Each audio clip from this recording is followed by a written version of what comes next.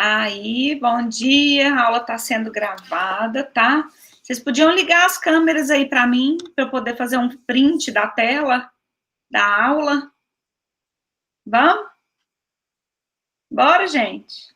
Rapidinho, só para fazer uma fotinha. Júlia, Elaine, Giovana, Natália, Camila, bom dia. Aí, apareceu mais alguém. Olha aí, gente. Feliz demais quando vocês ligam as câmeras. Ai, que felicidade que eu fico. É tão bom, gente, ver vocês. Vocês não têm ideia do que é encontrar vocês assim. E não a tela preta, só aparecendo o G de Giovana, o E de Elaine. Ai, olha que coisa mais linda essa tela. Não, isso aqui tem que ficar para a história. Cadê? Falta só a Júlia. Consegue, Júlia?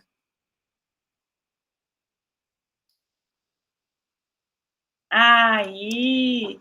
Ó, então, vou fazer o print aqui, tá? 1, 2, 3 e sorria! Aí, muito bem! Bom dia, gente. Obrigado por ligar a câmera de vocês. Ó, vou começar aqui a apresentar a tela e vocês podem ir me parando, tá? Conforme as dúvidas vão surgindo, beleza? Já estão enxergando direitinho aí minha telinha? Sim.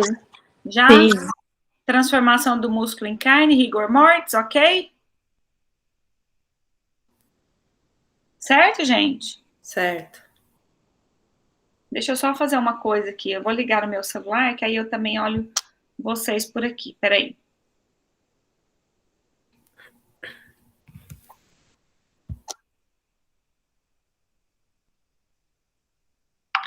Gente, deixa eu falar uma coisa para vocês. Peraí. Pronto. Liguei o volume aqui. Aí eu vou vendo vocês também, tá? Meninas, é o seguinte. Para falar do tema, né, de transformação do músculo em carne, nós precisamos lembrar que, né, na aula passada, nós falamos, na semana passada, né, como um todo, dos tecidos que compõem as carnes, né, vamos relembrar aqui, fazer um resuminho bem rápido. Então, a gente falou, os tecidos que compõem as carnes, então, tecido epitelial, tecido nervoso, tecido conjuntivo e tecido muscular, certo? Dentro do tecido muscular, nós temos, né? E por que a gente fala tecido muscular? Porque o tecido muscular é composto por fibras musculares, né? Que, por sua vez, realizam contração e relaxamento muscular. De que forma? Então, vamos falar aqui rapidinho. O que acontece, né? Para que haja contração e relaxamento muscular e por que a gente fala disso? Vamos passar aqui, só para lembrar, então. Bom, o músculo, então, é composto, como um todo, né, por feixes de fibras musculares, né, todo esse músculo em volta é preenchido por tecido conjuntivo, denominado epimísio. Feixe de fibras é também composto por, recoberto, né, por tecido conjuntivo, que é chamado de perimísio. E aí, esse feixe de fibras, por sua vez, formado por fibras musculares, que também é envolto, né, recoberto pelo tecido conjuntivo, denominado endomísio, tá? As fibras musculares, por sua vez, elas são, deixa eu colocar uma caneta aqui, elas são compostas, né, preenchidas por miofibrilas, tá? E essas miofibrilas, por pedacinhos ainda menores, que é uma rede, né, de proteínas chamado de, aqui, ó, miofilamento fino, tá? Thin filament, né?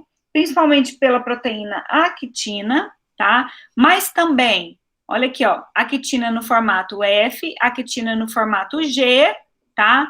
Mas também por troponina e tropomiosina, tá? Vocês conseguiram ver aí, né, na aula passada. Então, essa troponina, né, vou colocar aqui, ó, vou resumir assim, ó, troponina mais tropomiosina e actina fazem, eu vou colocar assim, ó, TN, TP mais actina, que forma um miofilamento fino, ok? Esse miofilamento fino, olha onde que ele está aqui, ó. Ele, essa rede, né, do miofilamento fino, ela faz parte aqui, ó, dessa região, tá vendo, gente, ó? Onde eles pegaram o quadradinho aqui e passaram para cá para mostrar, né? Então, o miofilamento fino, ele tá preso aqui no sarcômero, que é a unidade de contração muscular, por essa linha aqui, ó, chamada linha Z, tá? Por que essa linha Z tem o nome de linha Z? Pelo formato que ela possui, tá? Quando é observada no microscópio, ela faz esse formato espiral, tá? São proteínas que seguram essas actinas aqui, ó, esse miofilamento fino, tá? De uma linha Z até a outra linha Z, a gente tem o sarcômero, que é a unidade de contração do músculo, certo? Aí, além disso, gente, na fibra muscular, nós também temos essa outra parte aqui, ó, que é o chamado miofilamento grosso, tá? É todo isso aqui de azul. Então, aqui, ó, miofilamento grosso, constituído principalmente pela proteína chamada miosina. A miosina, ela tem duas partes, olha, tá vendo que ela tem umas cabecinhas aqui, é uma cabeça dupla, tá vendo aqui, gente, ó, e outra parte reta. Então, ela tem a parte formada por meromiosina leve e a meromiosina pesada. Quando há contração muscular, essa parte meromiosina pesada se liga a esses filamentos de actina para que haja contração muscular, né? Quando ela se liga ali, a miosina se liga à actina e puxa essa linha Z ao encurtamento do sarcômero, e aí isso é contração muscular. Repara no seguinte, gente, o que é muito importante, por que a gente fala de contração muscular? Deixa eu mudar a cor da caneta aqui. Olha, no meio aqui, ó, vocês estão vendo aqui, ó, a parte escura, então, ó, a parte escura formada principalmente pela miosina, né, que na verdade é toda essa região aqui, ó, então daqui aqui é chamada de banda A, é a parte escura, tá? Só que no meio da banda A a gente tem uma parte mais clara, que é essa parte aqui, ó, essa região, que é chamada de zona H ou de faixa H, vocês estão vendo aqui? Que no meio dela tem uma linha. Tudo que eu tô falando aqui, gente, é composto por proteína, tá? Se nós estamos falando de fibra muscular, tudo é proteína. Então, essa linha M, por exemplo, é uma rede aqui também de proteínas que amarram, né? Imagina que eu tenho um monte de canudinho e aí tem uma fita amarrando cada parte desses canudinhos. Então, são proteínas amarrando esse miofilamento grosso, né? Para ele ficar disponível, disposto nessa maneira aqui que vocês estão vendo, tá? Então, o que acontece quando há contração muscular? Veja bem. Ah, tá. Aqui, peraí, deixa eu só continuar aqui. Então, a gente tem essa faixa H, tá?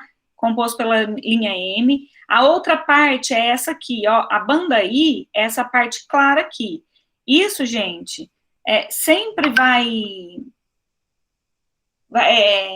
é constante, né? Vai acontecer em toda a fibra muscular. Então, sempre a gente vai enxergar linha Z até outra linha Z, outra linha Z, outra linha Z. De uma linha Z a outra, é o sarcômero, a unidade de contração do músculo. Formado por, o sarcômero é formado, então a gente tem aqui, ó, a linha Z, certo? Pela metade, duas metades de banda I e uma parte inteira de banda A. Tá bom? Aí, gente, o que acontece? O nosso organismo, né, e o do animal é da mesma forma, passa a informação para o cérebro que haverá movimento, por exemplo. Quer dizer, onde vai ser necessário a contração, realizar contração e relaxamento muscular, tá? Então, esse estímulo nervoso vai chegar até a parede, né, o sarcolema, que é a membrana da fibra muscular, né? Na membrana da fibra muscular, a gente tem o chamado placa motora. A placa motora, gente, é constituída pelo retículo, primeiro, né, pelo túbulo T, tá? Eu acho que vocês devem ter visto lá no material que eu mandei para vocês, isso aí, tá? Tô fazendo uma revisão para a gente entrar no assunto da aula de hoje. Então, a placa motora, ela tem esse nome porque ela recebe os estímulos nervosos, tá? Então, chegou o estímulo nervoso na fibra, essa placa motora vai recepcionar. De que forma? Pelos túbulos T, então, são invaginações que ocorrem por toda a membrana da fibra muscular, que é o sarcolema, né, que recepciona esse estímulo. Esse estímulo vai ser passado pelas cisternas terminais para chegar até o retículo sarcoplasmático, tá? O retículo sarcoplasmático, ele armazena cálcio.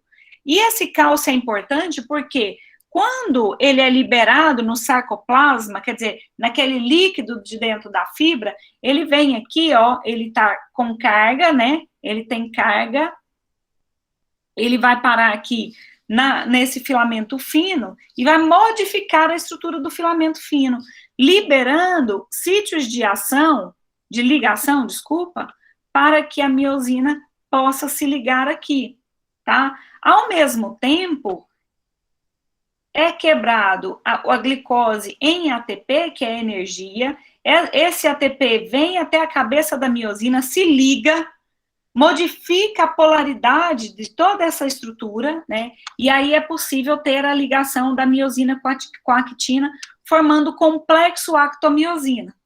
Quando a miosina, gente, ela se liga à actina, o que acontece? Ao deslizamento do filamento fino pelo grosso, não modifica o tamanho. O que muda o tamanho é o sarcômero, tá?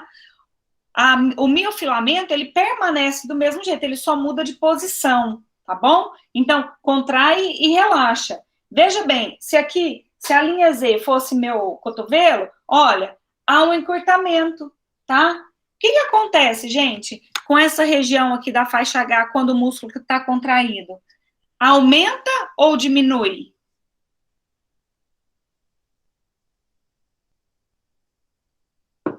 Imagina que estão aproximando, as duas linhas Z estão se aproximando, ó. Isso é contração, vem para cá e vem para cá. Tá puxando. O miofilamento grosso se liga ao fino, tá vendo aqui?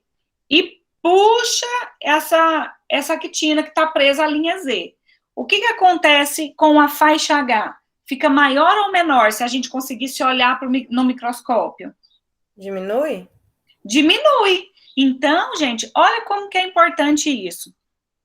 Quando o animal é abatido em condições de estresse, ou prolongado, ou estresse que pode acontecer na hora do abate, no momento do abate, gasta-se muita energia, né? Porque o animal estressado, ele perde mais, ele gasta mais energia, desculpa. Eu sempre gosto de fazer analogia assim, se você tá nervoso, estressado, né? Só tem meninas nervosas, estressada, e aí, o que acontece com o seu corpo? Você sente mais quente, às vezes fica vermelhinho o rosto, não é? Às vezes a gente sua. Isso é o quê, gente? É gasto de energia, tá? Nesse caso não é bom, né, gente? Gasta energia, mas a gente tem que gastar energia de outra forma, não com estresse, né? Mas veja bem, são reações que acontecem no corpo do animal que faz o animal gastar mais energia para dissolver aquele estresse que foi criado, entendeu? Então, veja bem, se o animal é abatido gastando muita energia, esse complexo formado entre a miosina e a actina, o complexo actomiosina, ele fica muito ligado e diminui o tamanho do sarcômero. Quer dizer que a zona H ou a faixa H, a gente quase que não percebe se fosse olhar o microscópio. Dê uma olhada na aula passada, nas figuras que tem isso lá, tá? Mostrando exatamente o que é isso que eu tô falando. Então, gente, se o músculo fica muito contraído, a faixa H some. Isso é um indicativo que a carne vai estar mais macia ou mais dura? Mais dura. O músculo permanece contraído após o abate, tá? E aí, pessoal, mesmo que depois haja enzimas proteolíticas que possam quebrar em muitas partes, né, por exemplo, aqui, onde eu estou fazendo essas linhas, vem aqui a enzima proteolítica e quebra essas proteínas, né, as chamadas também proteases, elas vão quebrar em alguns pontos, né, fazendo um amaciamento, leve amaciamento depois do rigor mortis, que a gente vai ver agora. Mas, se estiver, mesmo tendo essa ação da enzima, se estiver muito contraído, mesmo assim, mesmo as enzimas fazendo a sua ação, a reação que a gente tem depois para amaciar a carne é muito leve, tá? Por isso é importante, a gente vai ver nas próximas aulas, o bem-estar animal, o comportamento do animal, para utilizar as técnicas corretas de insensibilização e de abate, tá? Então é o seguinte, gente, agora entrando na aula de hoje, tá? E lembrando um pouquinho já também das coisas que a gente já tem falado, né? Dos conteúdos já falados. Quando, né, a glicose, veja aqui em cima, ó, a glicose que é a fonte de energia, certo? Tá? A glicose, então, nós consumimos, e o animal é da mesma forma, consome o alimento, né? Essa glicose, nesse carboidrato, vindo de fontes externas da alimentação, ele vai ser quebrado para formar ATP, tá? Como resultado final, a gente tem o ácido pirúvico, né? E aí tem respiração, na respiração, liberação de gás carbônico e liberação de água para todo esse processo funcionar, tá? Isso aqui é o que a gente chama de glicólise, passa por várias etapas, certo? Então, o objetivo é formar ATP, que é a energia disponível para que esse ATP vá até o músculo, aí aqui a gente tem a miosina, aí vem o ATP, se liga na miosina, para que essa miosina consiga se ligar à actina, tá? Quando tem a disponibilidade de cálcio para que haja contração muscular, tá bom? Veja bem, o que acontece, gente? Isso que eu falei, né? Essa quebra da glicose, olha aqui, glicose, né? A quebra da glicose, quando o animal está vivo, então em condições aeróbias, aqui, tá, gente? Aeróbias, vamos tirar esse bica, tá? Como é imagem, né? Figura, vem com ela, mas é aeróbias, tá? Então, na glicólise, 10 reações, que forma, vou pôr de cá, peraí, que forma ATP, vamos apagar isso aqui. Então, através dessa reação, eu tenho ATP, tá, sendo produzido para que ocorra essa reação que eu já expliquei, tá? Com liberação de acetil coenzima A, e aí libera gás carbônico e água, tá? Mas forma ATP, para que esse ATP? Para que haja contração e relaxamento muscular. Aí, gente, o animal foi para o abate, certo? Quando ele é insensibilizado e sangrado, o corpo do animal entende que precisa se manter vivo, certo? É o que a gente chama de homeostase, tá? A homeostase é a tentativa do corpo do animal se manter vivo. Porém, né, como o animal já foi sangrado, as condições dele serão anaeróbias, não tem mais oxigênio, porque ele está perdendo a capacidade de respiração. Então, ao invés de formar ATP, vai formar no músculo o ácido lático, tá? E por que forma o ácido lático, gente? Porque ao invés da glicose em condições aeróbias formar ATP, em condições anaeróbias forma o ácido lático. Se o animal estivesse vivo e formar ácido lático, vou dar também mais um exemplo do ser humano, tá? Quando você fica, por exemplo, você faz algum exercício, algum movimento, né, e realiza uma atividade por muito tempo, você pode ter cãibra, por exemplo, tá? O que é a cãibra? O seu organismo está tão estressado, né, a fibra muscular tão estressada, com fadiga muscular, que forma ácido lático para falar assim, ó, sossega aí, que eu não estou dando conta de fazer o que você está mandando, né? Aí começa a dar cãibra. Mas aí na cãibra é porque formou o ácido lático, o organismo, né, por meio da corrente sanguínea, então a corrente sanguínea vem aqui, tira o ácido lático do seu músculo e leva para ser metabolizado no fígado, tá? Lá no fígado ocorre uma reação que é chamada gliconeogênese, tá? O que é a Ó, vou escrever aqui, se vocês quiserem anotar, tá? De glicose, de novo, gliconeogênese, tá? Gênese, origem, formação, tá bom? Então, no fígado, a corrente sanguínea vem, retira o ácido lático formado, isso se o animal tivesse vivo, né?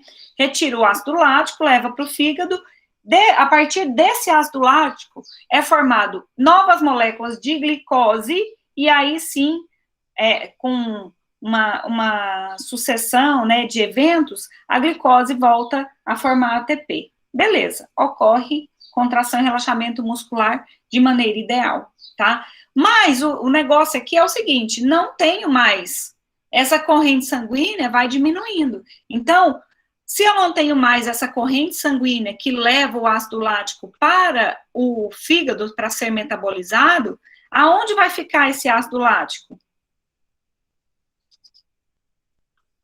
Ele vai se acumular onde? Músculo.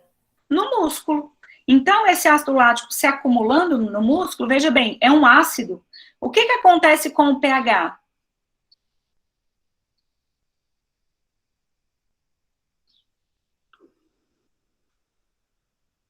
É ácido. O pH cai ou o pH sobe? Sobe. É ácido. Lembra da caneta? Diminui. Diminui. Olha aqui, gente, só para lembrar. Faixa de pH. Então, a gente tem 14 como mais alcalino e 0 como mais ácido, sendo 7 o pH neutro, né? O corpo do animal está com pH 7.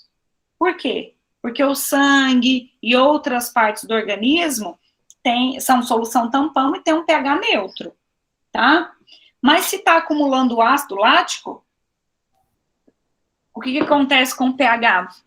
A partir do 7, ele começa a cair, tá? Tá acumulando ácido, né? Tá acumulando íons H+, que é ácido, tá bom? Lá no músculo. Então, ele cai até que ponto? No músculo, né, o ideal seria, então, a partir da quebra da glicose, do glicogênio, que é armazenamento de energia, tá? Então, veja, acaba a glicose, o animal começa a usar o glicogênio, que é reserva energética, tá?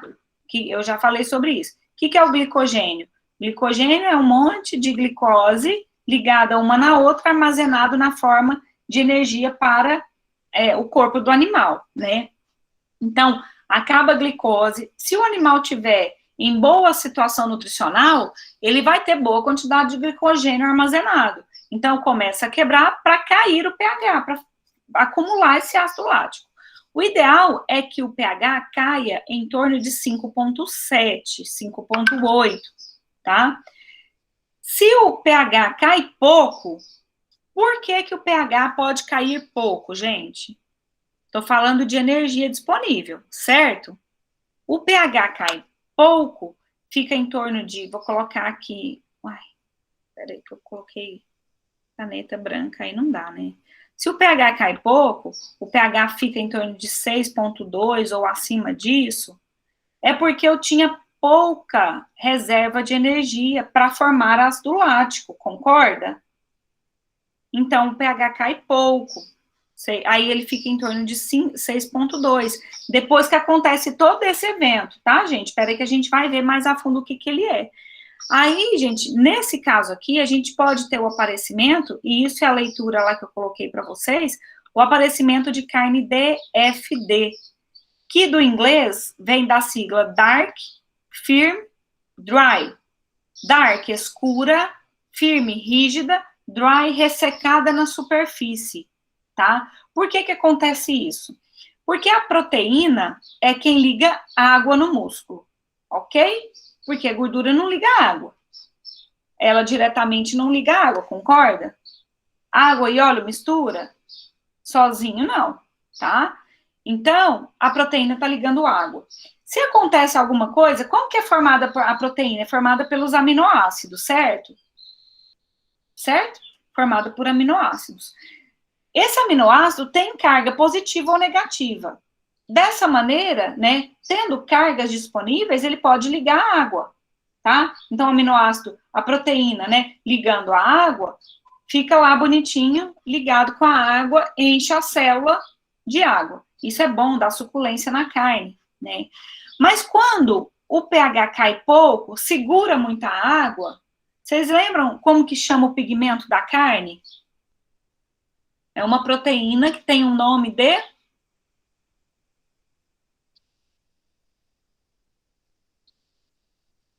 Lembra do sangue? Qual que é o pigmento do sangue?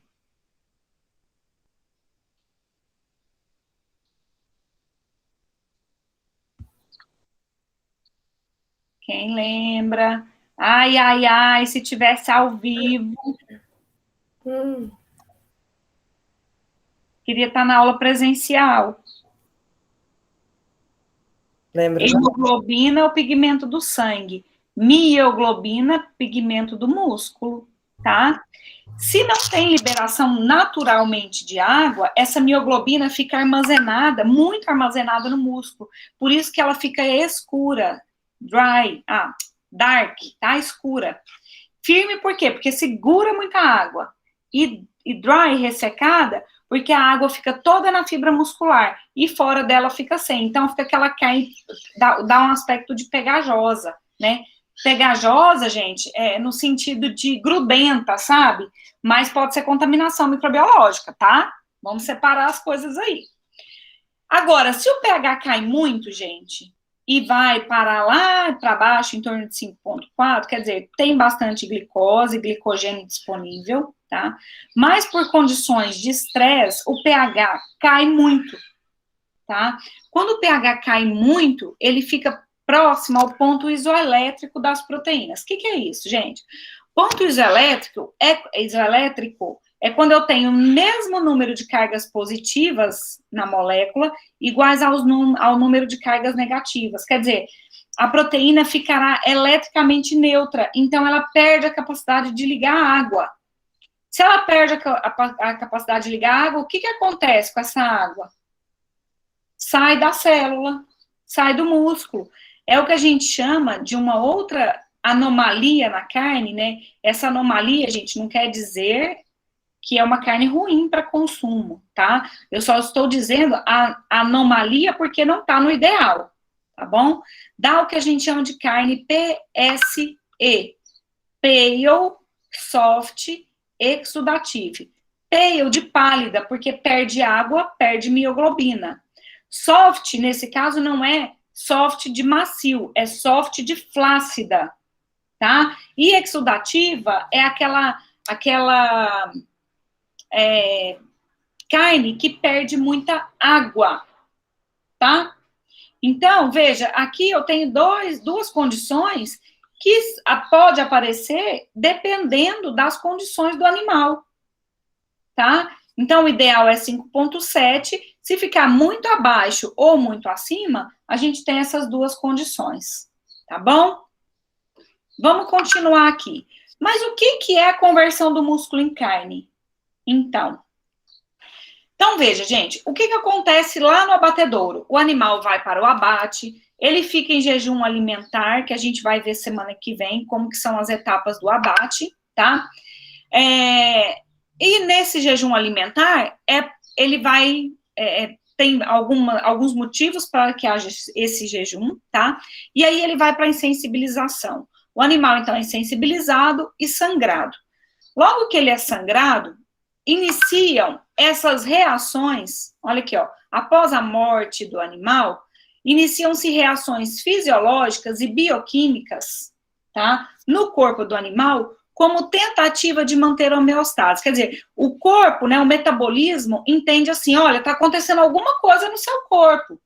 Vamos tentar melhorar isso aí, né? É quando, por exemplo, gente, quando você tem alguma infecção, qual é a reação que seu corpo te mostra? Ele te mostra pela febre, por exemplo, que você tem alguma coisa que está errada no seu organismo, não é? aumenta a temperatura. Então, no caso da morte do animal, essas reações começam a acontecer para tentar manter o animal vivo, né? É possível até certo ponto, porque ainda tem energia disponível. Mas o que acontece, então? Como fenômeno principal dessa morte do animal? A queda, a redução, a queda do pH, tá? Agora, a velocidade de abaixamento do pH e o seu valor final, como a gente já viu aqui, ó, são determinantes para a qualidade de carnes, certo? Já expliquei por que o valor final. Mas por que o abaixamento, a velocidade de queda do pH é importante? Porque, por exemplo, o corpo do animal pode estar numa faixa de temperatura, né? Vou reduzir a faixa de temperatura. Tem alguns autores que falam numa faixa de 32 a 39 graus. Eu vou colocar para vocês um número, tá? Só para a gente, para ficar mais claro. Então, vamos supor, o corpo do animal está com 37 graus Celsius. Se começa a cair muito o pH, acontece lá na proteína, né, na fibra muscular, uma reação que vocês também já conhecem, que é a desnaturação proteica. O que acontece com a desnaturação proteica? Há uma desestruturação da proteína, né? Então, há um desarranjo da proteína que faz com que ela perca suas propriedades enquanto proteína. Uma delas é a perda de capacidade de retenção de água, tá? Então, quando o pH cai rapidamente, na primeira hora após o abate, né, essa reação de desnaturação pode acontecer e pode levar a uma carne PSE, por exemplo, tá?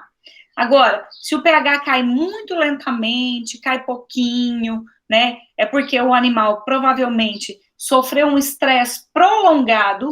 Na hora do abate, nutricionalmente falando, não tem reserva energética para transformar em ácido lático, então o pH fica mais alto, forma carne DFD. Vocês entenderam isso, gente? Sim. Então... Ele tem que cair um pouco, mas também não pode cair muito. Isso. 5,7 é o ideal. Muito acima não é legal, muito abaixo também não.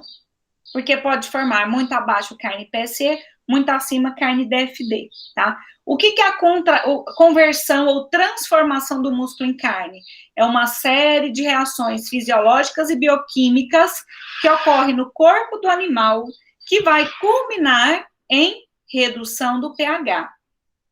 Certo? Para a qualidade de carnes, o que interfere nessa conversão do músculo em carne? O que a gente tem que observar? A velocidade de queda desse pH e o valor final.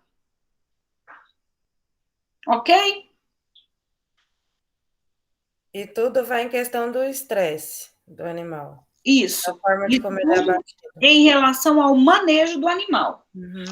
Tá? Ao manejo. Então, se ele tem boa reserva energética, né, e há uma situação de estresse no momento do abate, há aquela condição que cai muito o pH, né, porque forma rapidamente a glicose para o músculo se manter vivo, tentar se manter vivo, então cai muito porque tem bastante reserva de energia, né, então, se tem muita reserva de energia, tem muita produção de ácido lático, o pH cai muito, pode formar carne PSE, tá? Se há um estresse prolongado, um manejo inadequado desse animal, e o animal está em condição de suprimento de energia ruim em relação à quantidade de reserva de energia, então cai pouco pH, forma carne DFD. O artigo que eu coloquei para vocês é uma leitura complementar do que eu estou falando, tá? Então, veja bem, gente, a sangria, né, após a sangria é quando há, né, essas mudanças que a gente chama de mudanças, né, pós-mortem, né, após a morte do animal, antes da morte do animal, ante-mortem, tá, ante-mortem, tá bom? Remover boa quantidade de sangue ou sair boa quantidade de sangue do corpo do animal é essencial, tá? Porque o sangue é um local onde tem muito nutriente, tem um pH mais alto, até esse pH modificar. Então, pode prejudicar a vida útil, porque é um ponto de contaminação importante, tá? Aí, veja bem, gente, então, com a morte do animal, a produção de energia para formar, então, glicose a partir de ATP é interrompida. Assim como o suprimento de oxigênio, porque não tem mais respiração.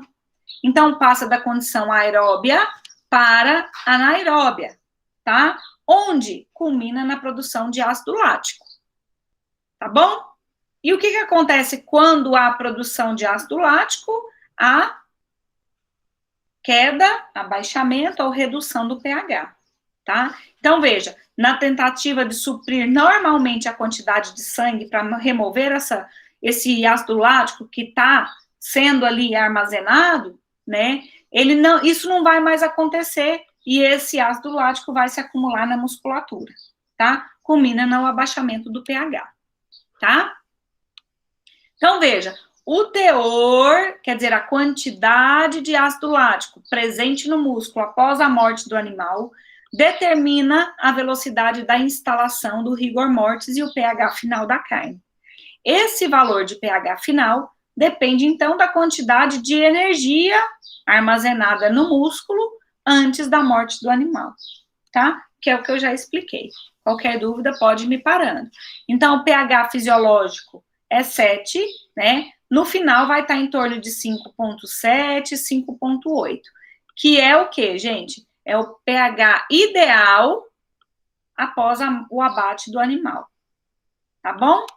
Para não aparecer nenhuma daquelas anomalias, tá? Então, isso é a conversão do músculo em carne. Gente, a conversão do músculo em carne é variável dependendo da espécie do animal e também do tamanho do animal, tá? Um animal grande ocorre a conversão do músculo em carne mais lentamente, tá? Um animal pequeno ocorre mais rapidamente. Outra coisa, no corpo de um animal existem várias porções musculares. Porções musculares diferentes, velocidade de conversão do músculo em carne também diferentes. Certo? Uhum. Então, esse rigor mortis é a conversão do músculo em carne. Rigor mortis é um evento que acontece na conversão do músculo em carne. Vou falar agora, Bruno. Presta atenção. Entenderam que tamanhos de espécies diferentes, conversão diferente, em tempo diferente, tá? Só para vocês terem uma ideia, em peixes pequenos, tipo tilápia, essas de comercialização de filé, pode demorar de 20 a 40 minutos, todo o processo, tá? Num bovino, ocorre de 24 até 48 horas, o processo final. Para suínos, até 24 horas, aves de 12 a 18. Tem que abrir o portão ali rapidinho. Oh, meu pai. Acho que é Pode meu ir. Pode ir, Bruna, corre. Meninas, por enquanto, vocês entenderam o que eu falei até agora? Tem alguma dúvida?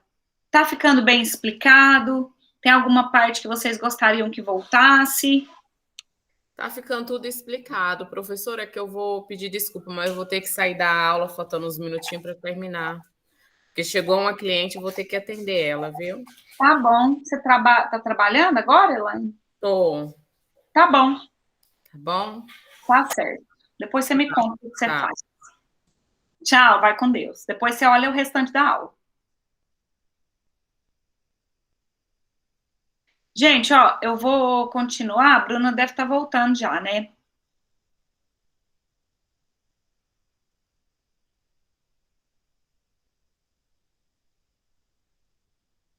Até 10h30, tá, pessoal? Rapidinho a gente termina aqui. Quem ficou aí? Júlia tá aí ainda? Elaine saiu, né? Elaine... O que eu perdi? Não, nada, eu tô te esperando. Obrigada. Olha lá, gente, continuando então, um dos eventos que acontece durante a transformação do músculo em carne é o rigor mortis, tá? O que é rigor mortis? Traduzindo para a língua portuguesa, rigor mortis chama rigidez cadavérica, tá? Ou rigidez da musculatura, tá bom? Veja bem, gente, que é a instalação do rigor mortis? É quando o pH atinge o valor final, aonde eu tenho o máximo de contração no músculo. Por quê? Porque eu não tenho mais ATP disponível para desfazer o complexo actomiosina. Então, o músculo permanece contraído, tá? Essa rigidez da musculatura é o que a gente chama de rigor mortis, tá? O que é o rigor mortis, então? É o pH quando atinge valor final no músculo, né? Não tem mais como remover essa contração que ficou ali no músculo, porque não tem mais energia. Então, esse complexo formado actomiosina é irreversível. Provoca a rigidez da musculatura, tá? Então, vamos ver o que acontece. Olha aqui, eu já vou falar dessas reações bioquímicas, tá? Vou falar aqui, ó, já que eu tô falando de rigor mortis, vou falar das reações estruturais, tá? O rigor mortis, gente, para que ocorra a conversão do músculo em carne, há, então, 3 fases. Olha, o relaxamento muscular, que é o período pré-rigor. Então, ainda tem energia fazendo a produção de ácido lático, ainda tem um pouquinho de complexo actomiosina sendo desfeito. Então, é o período pré-rigor. Ainda a carne está macia, mole, tá? Aí, acontece o pH final. Quando acontece o pH final?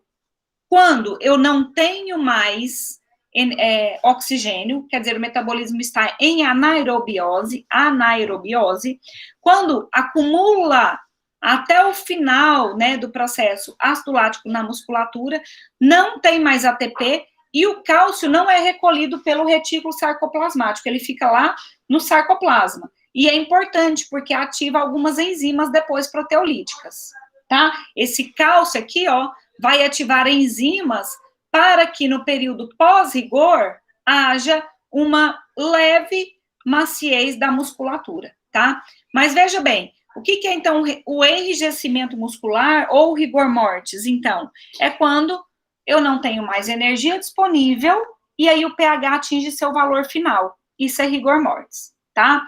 E aí a última fase do processo de conversão do músculo em carne é a fase 3, onde há um leve amaciamento da carne por atuação dessas enzimas proteolíticas, que é chamado de período pós-rigor, tá?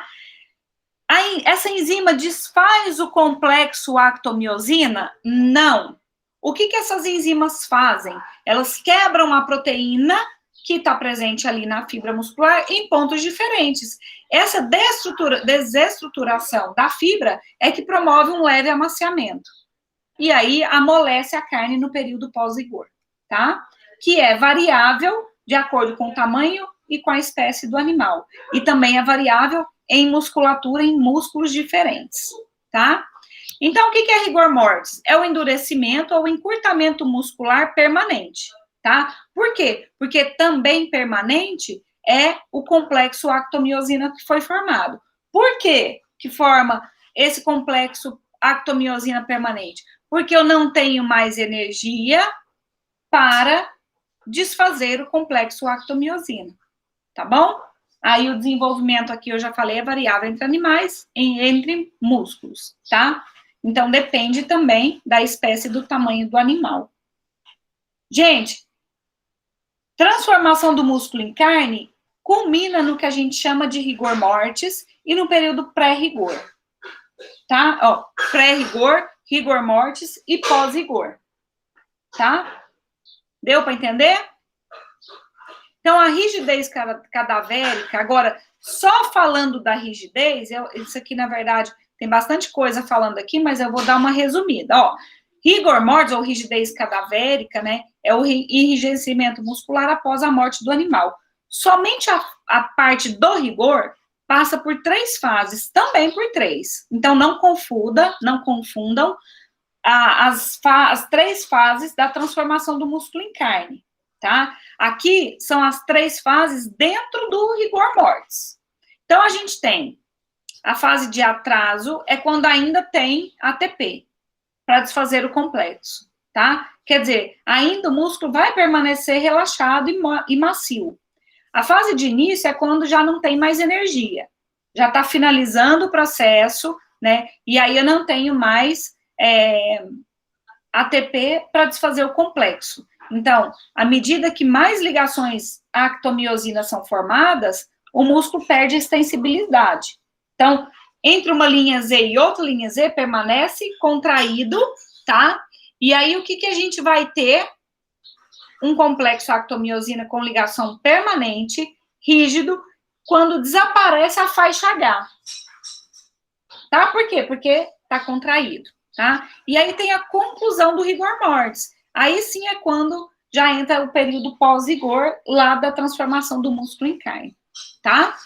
E aí a gente entende, então, que o período pós-rigor, ou chamado também resolução do rigor mortis, aí é importante, gente, é quando acontece uma maturação natural das carnes. Quando eu falei para vocês que o RISPO-A fala o seguinte, que carne, né, por definição, são massas musculares maturadas, é por conta disso. É porque, a partir do momento que há resolução do rigor mortis, há uma ação das enzimas proteolíticas, né? Então, ela promove um desarranjo na estrutura das proteínas que compõem a fibra muscular, né? Fazendo a proteólise, quer dizer, lise é quebra, né? Então, a quebra de proteínas, promovendo uma tenderização, né? Ou que a gente chama de maciez da carne, tá? Observação, não são desfeitas as ligações de actomiosina. O que acontece é um desarranjo da estrutura miofibrilar, porque essas enzimas quebram em alguns pontos as proteínas, mas não desfaz o complexo actomiosina formado. Gente, e aí? Entenderam? Certo.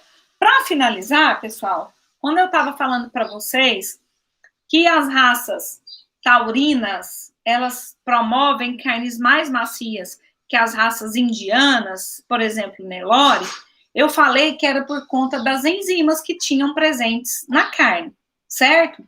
Por quê? Eu já volto essa aqui. Por quê, pessoal? Lembra que eu falei que é importante ter cálcio no sarcoplasma, porque esse cálcio vai ativar a enzima? O cálcio disponível no sarcoplasma, ele ativa essas enzimas chamadas de calpaínas, que são as principais enzimas responsáveis pela maciez, porque elas quebram, enfraquecem muito e boa parte das proteínas que fazem parte da fibra muscular, tá? Então, elas são importantes para isso. Mas eu vou colocar até em vermelho aqui, ó. Mas essas enzimas calpaínas, elas são inibidas pelas calpastatinas. Olha aqui. O que acontece? Nas raças indianas, Bos taurus índicos, eu tenho muita quantidade de calpaína. Se eu tenho alta quantidade de calpaína, eu tenho grande inibição gente, desculpa. Se eu tenho grande quantidade de calpastatina, eu tenho que a ação das calpaínas vai ser muito inibida. Então, eu vou ter carne mais dura. As raças taurinas, elas têm baixa quantidade de calpastatina e permite, então, que as calpaínas tenham mais ação. Então, promove carne mais macia.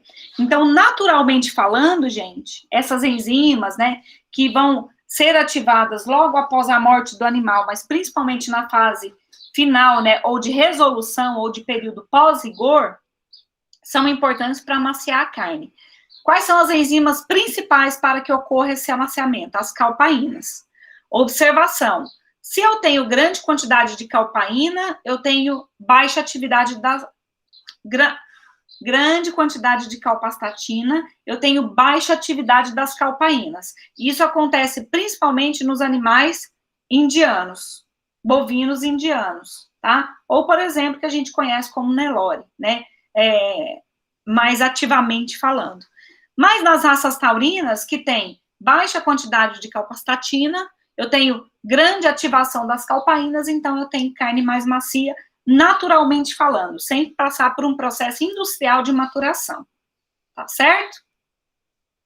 Voltando aqui, além das calpaínas, eu tenho dois grupos importantes, né, de enzimas que também têm ação para promover esse amaciamento da carne no período pós-rigor, tá? Que são as enzimas ativadas pelo cálcio, conhecida como CAFs, né? Que alteram algumas proteínas também da fibra muscular, tá? E eu tenho também as catepsinas, que também degrada alguns pontos, mas nenhuma dessas duas são fatores principais para que ocorra esse amaciamento pós-rigor. Pessoal, alguma dúvida dessa aula? Veja bem. Eu quero mostrar para vocês o seguinte, aproveitar que ainda eu deixei aberto aqui, eu coloquei para vocês, ó, eu vou colocar essa aula, a gravação dessa aula ali, tá? Aqui na semana 4, tá? Eu coloquei um artigo de leitura PSE e DFD, eu coloquei um outro artigo aqui que é complementar, tá? Vai falar de parâmetros da qualidade da carne, mas vai falar bastante dos micro-organismos, deteriorantes, patogênicos e indicadores, tá bom? Para vocês realizarem atividades. Eu vou colocar mais um artigo que fala de maturação de carnes, aí essa maturação é industrial, tá? E também vou colocar sobre refrigeração e congelação de carnes, tá bom? E uma atividade para vocês realizarem, que é da semana 4. Eu vou deixar essa atividade, gente, porque eu percebi que muitos de vocês não conseguiram ainda finalizar da semana 3. Eu vou deixar mais uma vez 10 dias para vocês concluírem. Tenta concluir antes da próxima aula, para vocês ficarem em dia, tá, gente? É melhor para vocês, tá certo? Então, aqui eu vou parar a gravação da aula, tá? Gostaria que vocês fizessem as atividades, se tiver dúvida, me perguntem, tá bom? Vou parar a gravação.